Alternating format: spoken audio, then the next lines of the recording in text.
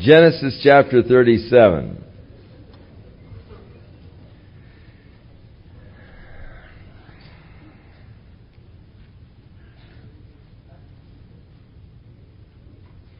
And Jacob dwelt in the land wherein his father was a stranger, in the land of Canaan. And these are the generations of Jacob. Joseph, being 17 years old, was feeding the flock with his brothers. And the lad was with the sons of Bilhah and the sons of Zilpah, his father's wives. And Joseph brought unto his father their evil report.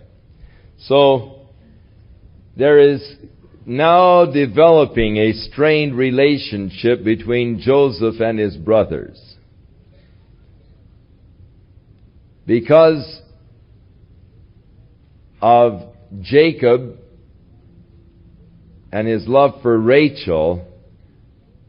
When Joseph was born, he almost became immediately a favored son kind of a status.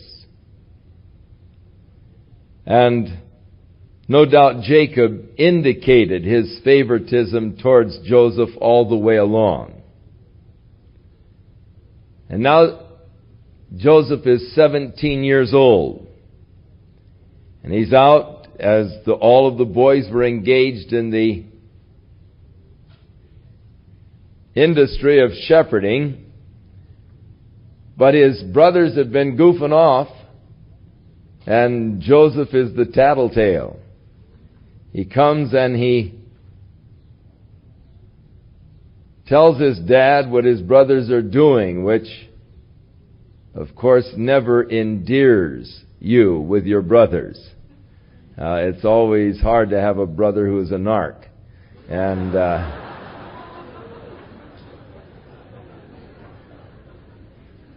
so that's just thrown in there. It just, the scripture verse 2 is just sort of thrown in there, I think, to just give us a little bit of the insight why his brothers really began to resent him and hate him. He was Mr. Good Guy, and they were bad guys, and he was telling on them. And he was bringing their evil report to his dad. He was reporting on them to their dad. And so that is surely going to bring resentment against Joseph, which of course it did. Now Israel loved Joseph more than all of his children, because he was the son of his old age, and he made him a coat of many colors. Now, in the Hebrew, this particular phrase, they didn't know quite how to translate it, and this idea of coat of many colors pretty much came from Martin Luther and his endeavor to translate the Hebrew phrase. But since that time of the King James translation and the discovery of more ancient records, it is now believed that this should have been translated, made him a sleeveless coat. And that would seem to be a more accurate translation of this particular difficult Hebrew phrase.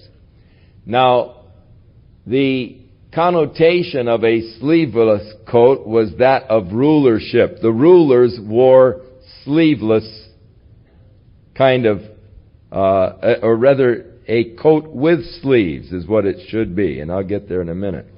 The sleeveless coats were worn by the laborers, and the rulers wore the coats with sleeves, because the coat with sleeves, you really couldn't do much work in those. And so it indicated more of an aristocracy, a rulership class, not a working class, to have a coat with sleeves. The sleeveless coat was the worker's coat, and so when his dad made him a coat with sleeves, it was giving a definite message to his brothers of Jacob's intention of making Joseph the ruler. And that was the intention of Jacob. It really did not come about by Jacob's devices, but later did come about by God's devices. But Jacob, in the 49th chapter, which is a classic chapter, gives the reasons why the other brothers of Joseph really did not inherit the place of blessing as did Joseph. When his brothers saw that their father loved him more than all of his other brothers, they hated him, and they could not speak peaceably unto him. Real problems arose there in the family of sibling rivalry, of hatred, and their inability now to even say a kind word to him. So Joseph, no doubt, was suffering much from the attitude and the actions of his older brothers. Can you imagine having 10 older brothers that were sort of jealous of you because of your position? Our daughter Cheryl had 2 older brothers and barely survived because they thought that she had a favored position, which she probably has had. I wouldn't doubt or deny that totally.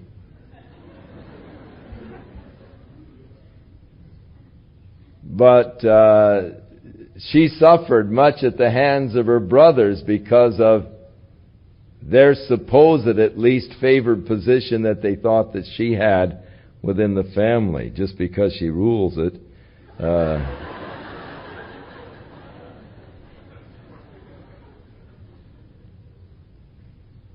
But at any rate, Joseph had to go through with 10 older brothers, all of them feeling resentment towards him, none of them able to really speak a kind word to him. And you can imagine all of the things that they did to antagonize him and to torment him. You know, tripping him and giving him an elbow now and then, and all of those things that just really made life quite miserable for Joseph. But even to compound the problems, Joseph dreamed a dream, and he told his brothers, and they hated him even more. For he said unto them, Hear, I pray you, this dream that I have dreamed. For behold, we were binding sheaves in a field, and lo, my sheaf arose and stood up straight, and behold, all of your sheaves stood round about and did obeisance. They bowed down to my sheaf. And his brothers said unto him, Shalt thou indeed reign over us? Or shalt thou indeed have dominion over us? And they hated him yet more for his dreams and for his words. Very sharp contention there. He dreamed yet another dream. And he told his brothers and said, Behold, I've dreamed another dream, and behold, the sun and the moon and the 11 stars bowed down to me. And he told it to his father and to his brothers. And his father rebuked him and said unto him, What is this dream that you have dreamed? Shall I and thy mother and thy brothers indeed come to bow down ourselves to thee to the earth?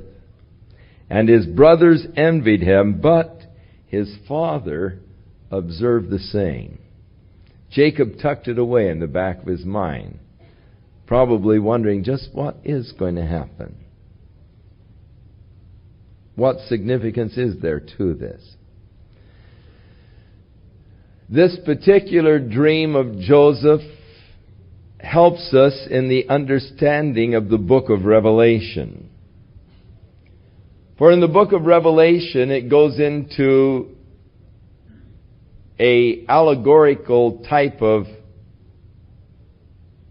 references in the 12th chapter of the book of Revelation, where John saw a woman clothed with the sun and the moon and the 12 stars, who was about ready to bring forth a child.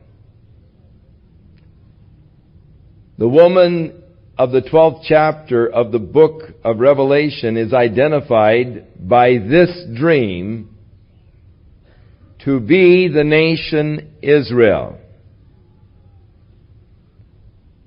To try to give to the woman any other identity is to speculate only, and it's unscriptural speculation. There are many today who, in order to try to prove that the church is going to go through the Great Tribulation, identify the woman as the church. But there is no scriptural kind of foundation to try to make the woman the church, because nowhere is the church described as having the sun and the moon and the 12 stars surrounding it. And they make the man-child that comes forth from the woman sort of a super saints who are caught up during the midst of the Great Tribulation period. But that is surely a straining of the text, and not a natural scriptural flowing. The woman of chapter 12, because of the identification, must be the nation Israel.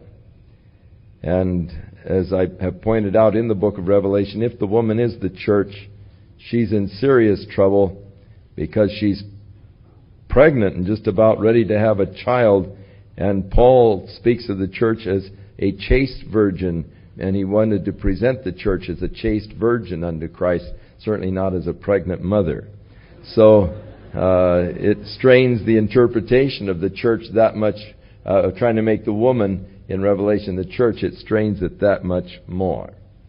But here gives cause to identify, and surely the Bible is the best commentary on the Bible. And the Bible is an amazing commentary on the Bible. It's amazing how many of the things in Genesis are explained further in the Scriptures, or how even amplified further in the Scriptures. So the best commentary you can ever buy on the Bible is just the Bible itself. Comparing Scripture with Scripture. So his brothers went to feed their father's flock in Shechem. They probably figured, we're getting out of here. This nut with his dreams and all, and can't stand him. And we'll head for Shechem, which was about 67 miles away from where they were staying there in the area of Hebron. And Israel said to Joseph, do not your brethren feed the flock in Shechem? Come, and I will send thee unto them. And he said unto him, Here am I. And he said to him, Go, I pray thee, and see whether it is well with your brothers, and well with their flocks, and bring me word again. So he sent him out of the valley of Hebron, and he came to Shechem. And a certain man found him, and behold, he was wandering in the field. And the man asked him, saying, Who are you looking for? And he said, I'm looking for my brothers. Tell me, I pray thee, where are they feeding their flocks? And the man said, They are departed from here, for I heard them say, Let us go to Dothan. And Joseph went after his brothers, and found them in Dothan. And when they saw him afar off, even before he came near unto them, they conspired against him to slay him. And they said one to another, Hey, here comes the dreamer. So, surely Joseph nor his father had any idea that the brothers' hatred had grown to this extent. Else his father would have never sent him. And Joseph probably would have been reluctant in going. But coming to Dothan, or coming to Shechem and not finding them, he was just sort of roaming in the field. I would imagine that he was looking for evidences, probably trying to find a trail, looking for the footprints of the flocks and so forth, and just going back and forth through the field, trying to find the trail, trying to find out which direction they may have gone. And as he was just sort of wandering in the field, looking for evidences of where they might be, this man said, "Who are you looking for?" And he said, "Do you happen to know where my brothers have gone with their flocks?" And he said, "Yeah, I heard one of them say they're going to Dothan." So he headed out 20 miles further north to Dothan. And so he's now almost 90 miles away from home. And his brothers, seeing him come, conspired together to kill him. They said, "Come, now therefore, let us kill him. We'll cast him into a pit, and we'll say some evil beast must have devoured him. And we will see then what will become of his dreams," showing the deep resentment they had towards his dreams. The very idea that they would bow down to him will thwart, really, the plan of God. See what happens to God's plans after we kill him. Of course, there are many who see in Joseph a beautiful type of Jesus Christ. And Satan's endeavor to destroy Jesus to see what could become then of God's plans. And, of course, God's plans were fulfilled in the death of Christ. Reuben heard it, the oldest brother, and he delivered him out of the hands and said, "Hey, let's not kill him." Reuben said unto them, "Don't shed blood. Let's just throw him in this pit that is here in the wilderness. And don't lay any hand upon him, that he might rid him out of their hands to deliver him to his father again." Now, Reuben, being the oldest brother, would be then the one who would be most responsible. He would be the one that would be responsible to his dad for his youngest brother. And so, seeing that these guys were really serious in their intention to kill him, he felt that it was his responsibility to save him from their anger. And so he suggests an alternate plan. Don't kill him. Just throw him in the pit. Let him starve to death. And that way you don't get your hands bloody. And you won't have his blood on your hands. You just let him die there in the pit. And he was intending to come back around later and to let Joseph out of the pit and deliver him back safe to his father. Joseph would have been safe around his father. It came to pass when Joseph was come to his brothers that they stripped Joseph out of his coat of many colors that was on him, even as they stripped Jesus of his robe and cast lots. And they took him and cast him into a pit. The pit was empty. There was no water in it. So it indicates that it was probably a cistern. Now, all over that land, they have dug these huge cisterns in the rock, which are water reservoirs. And some of them were dug in an area where there was a fracture in the rock, and they would not hold water. So here was a cistern. It was empty. They usually, all of them have very steep sides. And so they decided to dump Joseph in the cistern. And they sat down to eat bread. And they lifted up their eyes, and behold, a company of Ishmaelites came from Gilead with their camels, bearing spices and balm and myrrh, going to carry it down to Egypt. And Judah said to his brothers, "What profit is it if we kill our brother and conceal his blood? Let's sell him to the Ishmaelites, and let not our hand be upon him, for he is our brother in our flesh." And his brothers were content.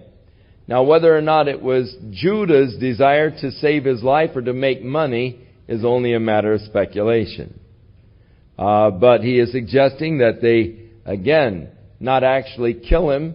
They could actually make some money off of him. What profit is it to kill him?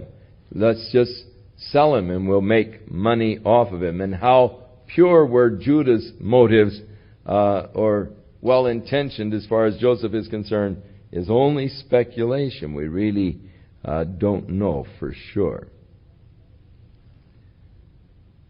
Then there passed by the Midianite merchantmen, and they drew and lifted up Joseph out of the pit, and sold Joseph to the Ishmaelites for 20 pieces of silver, and they brought Joseph into Egypt. And so he is rejected by his brethren, and sold. Even, again, in the typology, as Christ was rejected by His brethren and was sold for 30 pieces of silver by Judas Iscariot. Now at this point, Joseph was really crying and pleading with his brothers that they would have mercy on him and all. And his brothers just really turned a deaf ear unto his pleas. And later on, in the book of Genesis, it tells how that his brothers, when he was playing games with them in Egypt and putting pressure on them, said, this is really our fault. We didn't have mercy on our brother. In the 42nd chapter, verse 21. And they said one to another, we are verily guilty concerning our brother, in that we saw the anguish of his soul when he begged us, and we would not hear. Therefore is this distress come upon us. And so, going just a little bit ahead in the story, when Joseph became the ruler in Egypt, and his brothers came down to buy grain, they did not recognize Joseph. Of course, some 20 years had transpired. Joseph was just 17 years old when his brothers sold him. He was 30 years old when he came to Pharaoh, and he was 7 years of the famine. Of the feast, or the plentiful years. So he was at least 20 years older since his brothers last saw him, and he was now older, matured, and had no doubt the style of hair and beard and so forth as the Egyptians. And they didn't recognize that this was their brother, but he recognized them, but didn't let them know who he was. Spoke to them through an interpreter. But he started giving them a bad time. He said, you guys are spies. You're not brothers. You come down here to spy out Egypt. I had to put you all to death, and just was giving them a bad time. And so he was giving them such a rough time, they started talking to each other in Hebrew, not knowing that he could understand. And they said, hey, And it shows you that you can't get away from your guilt.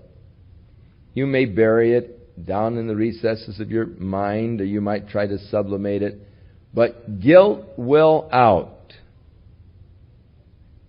Somewhere or other, guilt will out.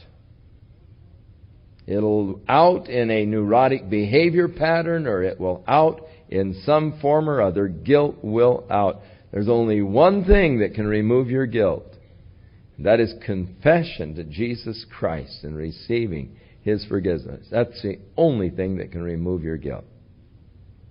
And so the brothers, 20 years later, are still feeling guilty over the act that they did. This is caused because we saw the anguish of his soul and we didn't give any heed to it. So Joseph was really begging them, pleading with them, no doubt crying. And yet they were heartless. They were hard.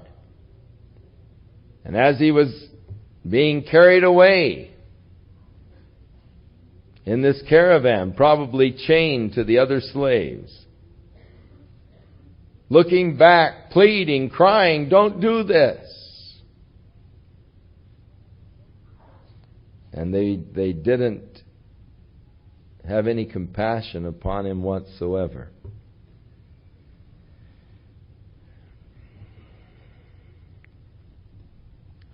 So later Reuben evidently had gone off someplace while the brothers conspired to sell him. Reuben came back to the pit and saw that it was empty. And he tore his clothes and he returned to the other brothers and he said, the child isn't in the pit and I don't know what I'm going to do. And they took Joseph's coat and killed a kid of the goats and dipped the coat in the blood. And they sent the coat with long sleeves, and brought it to their father and said, "We have found this coat. Do you know whether or not it is your son's coat?" And he knew it, and he said, "It is my son's coat. An evil beast hath devoured him. Joseph is without doubt torn in pieces." And Jacob tore his clothes and put on sackcloth, and he mourned for his son for many days. And all of the sons and all of the daughters plural, so he had other daughters, only one is named, they rose up to comfort him, but he refused to be comforted. And he said, "I will go down into the grave unto my son mourning." And thus the father wept for him. Jacob, the deceiver, deceiving his brother, or actually deceiving his father to get his brother's blessing, ends up being deceived. Deceived by his father-in-law Laban, and now deceived by his own sons. Notice the sons didn't say anything about it. They let the old man come to his own conclusions. They just brought him a bloody coat and said, "Do you recognize this? Does it happen to belong to your son?" And they let their dad just jump to the conclusions that an animal must have killed his son. Joseph is no doubt torn in pieces. And they let him jump to that conclusion and then let him believe it. But they were deceiving him. And so again, he who deceived ends up being deceived. Now, the last verse seems to belong it just closes off this chapter, and then chapter 38 is just sort of a separate little story all on its own. The Midianites sold him into Egypt unto Potiphar, an officer. The word officer here in Hebrew literally is eunuch, a eunuch of Pharaoh's, and the captain of the guard. Now chapter 38 is just thrown in to give us a little bit of historic background concerning the ancestry of Jesus Christ.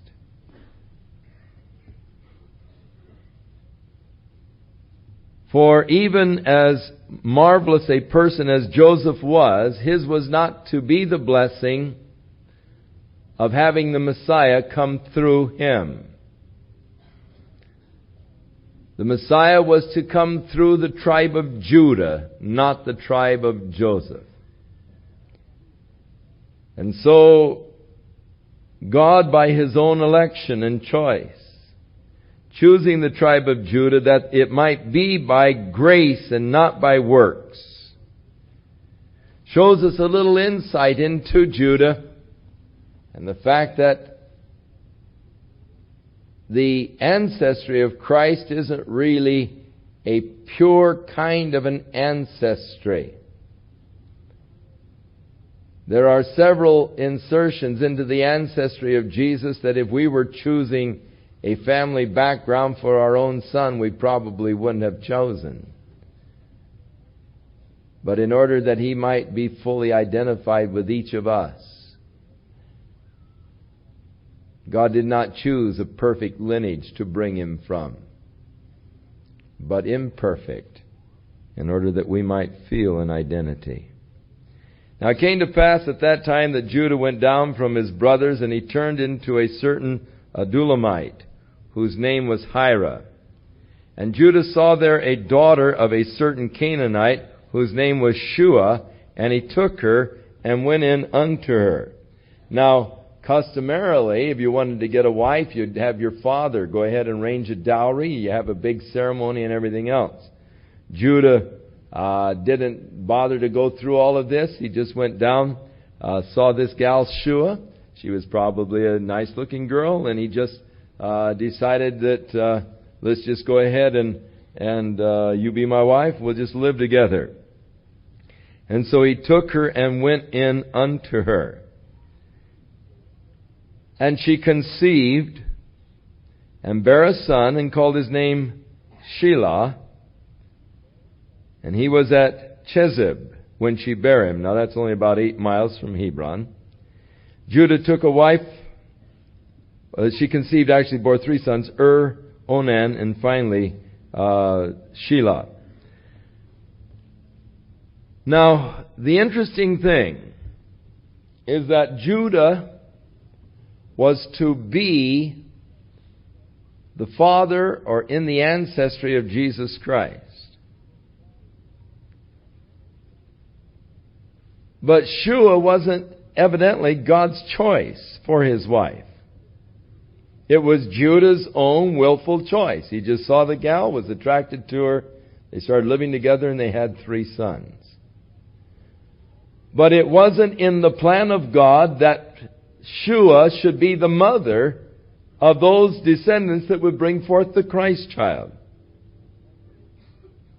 And thus Judah's action was no doubt out of the plan and will of God. I would imagine that she was a Canaanite. She was attached to her Canaanite gods. Judah maybe thought that he could convert her to Jehovah. She evidently wasn't converted because the last 2 sons are named with Canaanite names.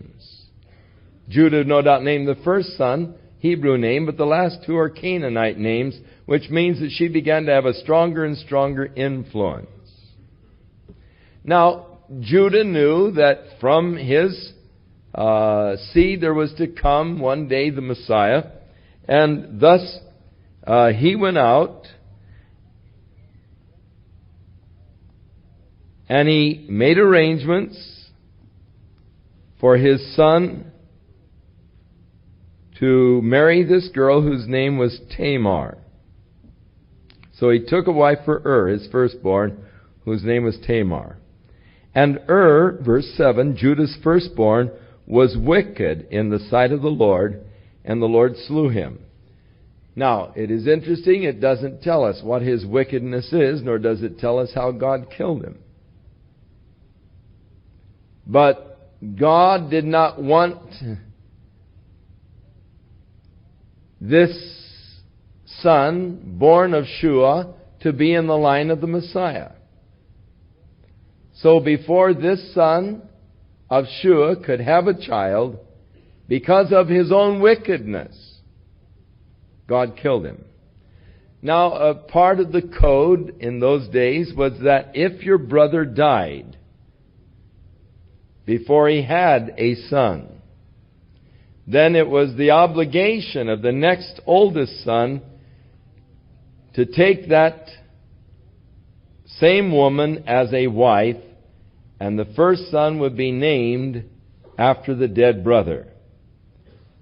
And this later became incorporated as a part of the Jewish law, but it was already the code in the earlier laws of Hammurabi and others. It is there as a part of the codes of the earlier laws. It was already an accepted practice and was later incorporated into the Mosaic law. And so Onan, the next brother in line, was to take Tamar as a wife and bear a son. And he went in unto Tamar. But it said he spilled his seed on the ground, and so God killed him.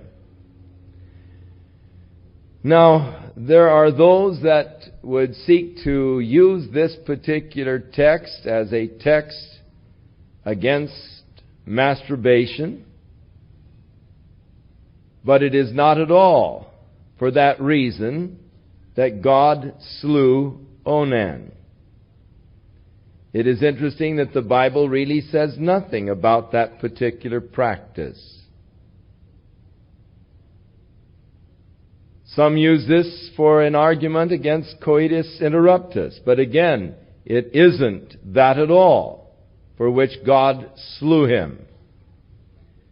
The reason that God slew him was his failure to be obedient to the law that God had established of raising up a seed for the dead brother. It was a rebellion against that established law of God for which God slew him.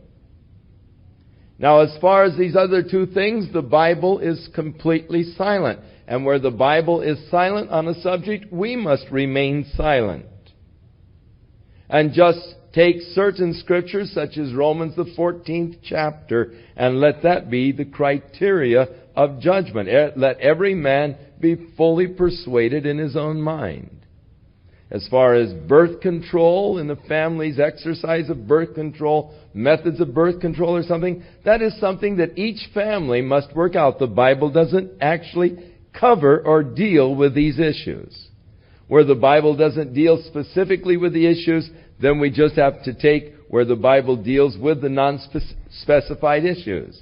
And that is that each person has to be convinced in their own mind of what is right and what is wrong. And thus each couple must determine within themselves the method of birth control practices that they want to follow.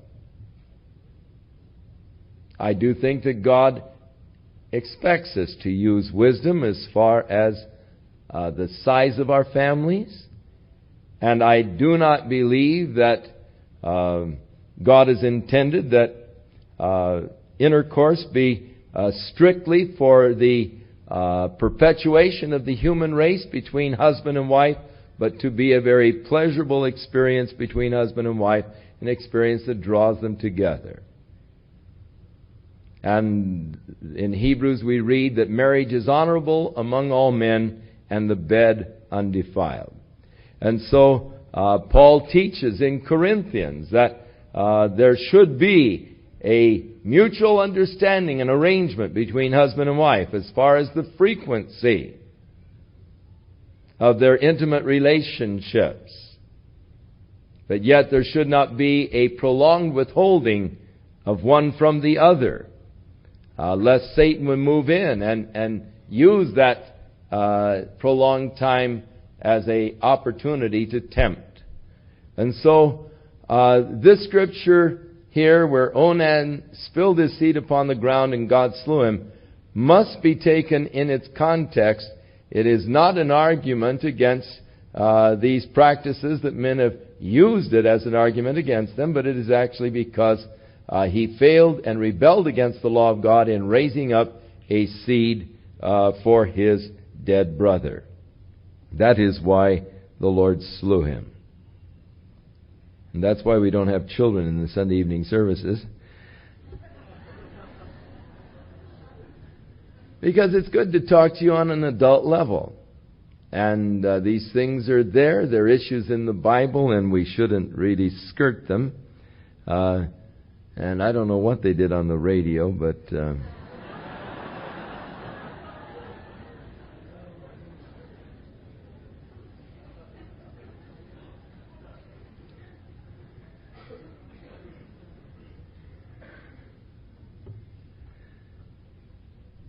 And the thing which he did, verse 10, displeased the Lord, wherefore the Lord slew him also. Then said Judah to Tamar, his daughter-in-law, remain a widow at your father's house till Shelah my son be grown. For he said, lest peradventure he die also, as his brothers did. And Tamar went and dwelt at her father's house. Now, Shelah was still a little young to get married. He was the youngest of the three brothers. But Judah, more than that, was fearful. Man, if two sons have died in a abortive marriage with this gal, he didn't want to lose all three sons. And so he says, you go home to your father's house and you dwell there. And he just sort of forgot her. Just sort of tried to put her out of sight, out of mind kind of thing. And just let her go. And now in the process of time, the daughter of Shua, Judah's wife, died. So this gal that he married, that really wasn't God's choice at all, died, and she must have been fairly young because Judah was only about 40 years old at this time. And so she must have been fairly young when she died. And Judah was comforted and went up to his sheep shears. Now it doesn't seem like he spent too much time mourning over her. I would imagine that the marriage turned into a pretty sad affair. It was not really God's purpose that Shua be in line with the Messiah. She was a Canaanite and no doubt never did convert, and began to exercise more and more influence upon the family. And the Lord has now removed her at an early age, and Judah was comforted, and then he headed out for the party of sheep shearing, because sheep shearing was always accompanied by big celebration and parties. It was just a fun time of the year, and they would gather together and shear the sheep, and then they'd have a big party. And so he went to Timnath, he and his friend Hira, the Adullamite. And it was told Tamar, saying, "Behold, your father-in-law is going up to Timnath to shear his sheep." And so she put off her widow's garments, and she covered herself with a veil and wrapped herself and sat in an open place, which is by the way to Timnath, for she saw that Shelah was grown, and she was not given unto him to wife. Now, her father-in-law had not been treating her right. Shelah is now a man, and he's supposed to be her husband, but they haven't been back to claim her, and so she's going to start to take things in her own hand. In putting on the veil and sitting in this place, actually she is taking on the guise of a temple prostitute. Among the Canaanite women, it was very common to be a temple prostitute.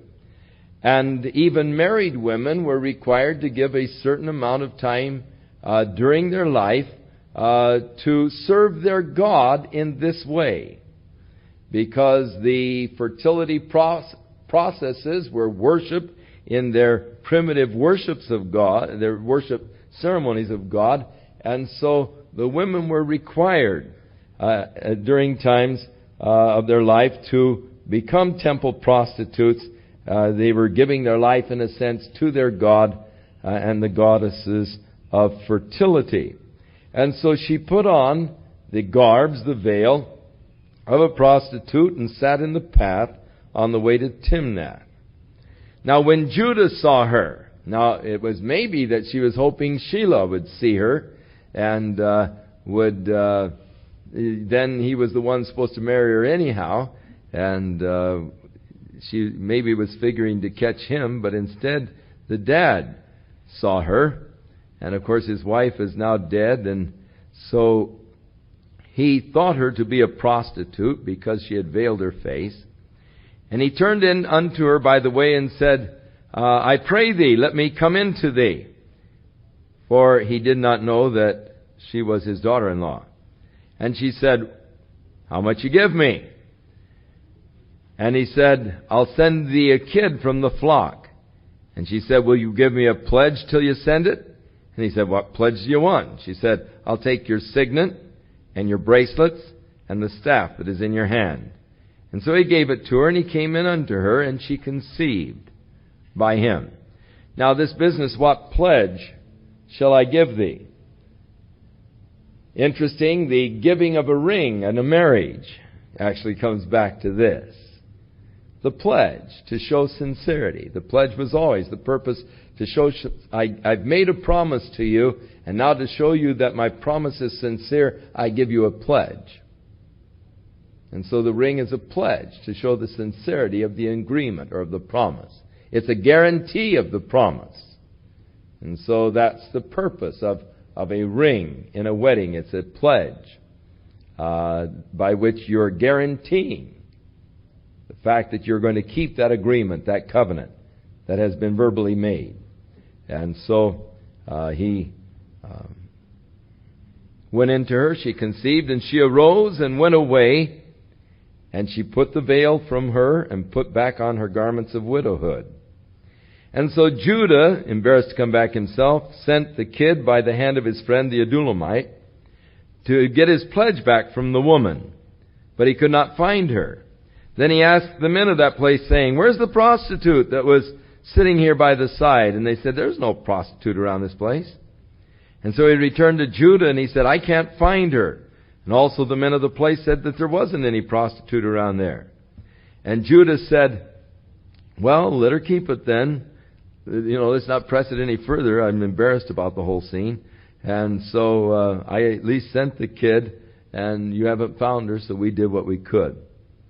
Now it came to pass about 3 months after that, that someone told Judah, Tamar, your daughter-in-law, has played the harlot, and she's with child by whoredom. And Judah said, bring her out and we'll burn her.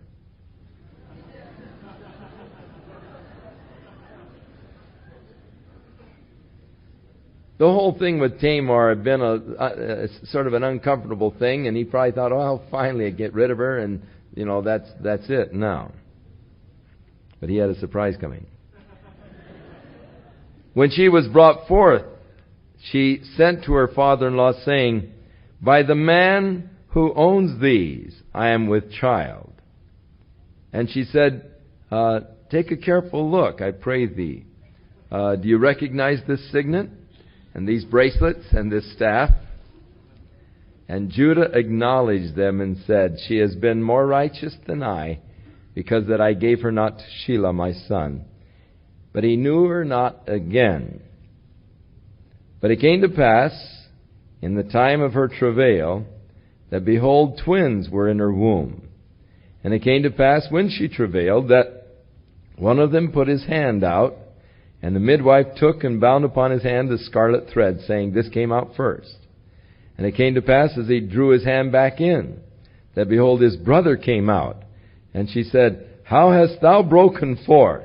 This breach be upon thee. Therefore his name was called the breach, or breaking forth. And afterward came out his brother that had the scarlet thread upon his hand, and they called his name Zara. So twins were born. And again, it's interesting, the one seemed to be coming out of the womb and suddenly retracted his hand, and the other was born first, because the other was to be the one through which the line of Christ was to come. So Shua and her sons are out of the way as far as the line and genealogy to lead to Jesus Christ. And now the genealogy of Christ is going to come through Pharez, the son of Tamar. So God finally has things worked around now. The way He had wanted them, it was a long roundabout process, and yet God has very interesting ways of working out His plans and His purposes in our lives. So, chapter 38 of Genesis, why was it put in the record? I don't know. But I'm sure that God had a purpose for putting it in the record. And perhaps one of the purposes is to show that Christ came from just common, ordinary, human, passionate people who are not at all perfect, in order that we might be able to better identify with Jesus Christ ourselves, because we are plain, ordinary, passionate people, far from perfect. And perhaps God is wanting to show how that His purposes can overrule man's mistakes. Judah in his own flesh, going out and choosing Shua as a wife, but God not wanting Shua to have anything to do with the genealogy that will lead to his son. Tamar being God's choice. And so by this roundabout process, brings Tamar into the picture so that her son will be the one that will come in the lineage of Christ. Now it is interesting, in Matthew's Gospel, when Matthew traces the genealogy of Christ, there are 4 women that are mentioned. One of them being Tamar. Of all of the women that were in the ancestry, because there was a woman for every man naturally in the genealogy of Christ, 4 women were named. Tamar, Rahab. Now Tamar was there, she played the prostitute. Rahab was there, she was a professional prostitute. Ruth, who was a Moabitess. And Bathsheba, who became David's wife through very seamy circumstances. And so the 4 women that are named by Matthew in the genealogy of Christ are 4 of what we would choose to be most unlikely candidates to be in that line that would bring forth the Savior to the world. And they are the four that are mentioned by Matthew.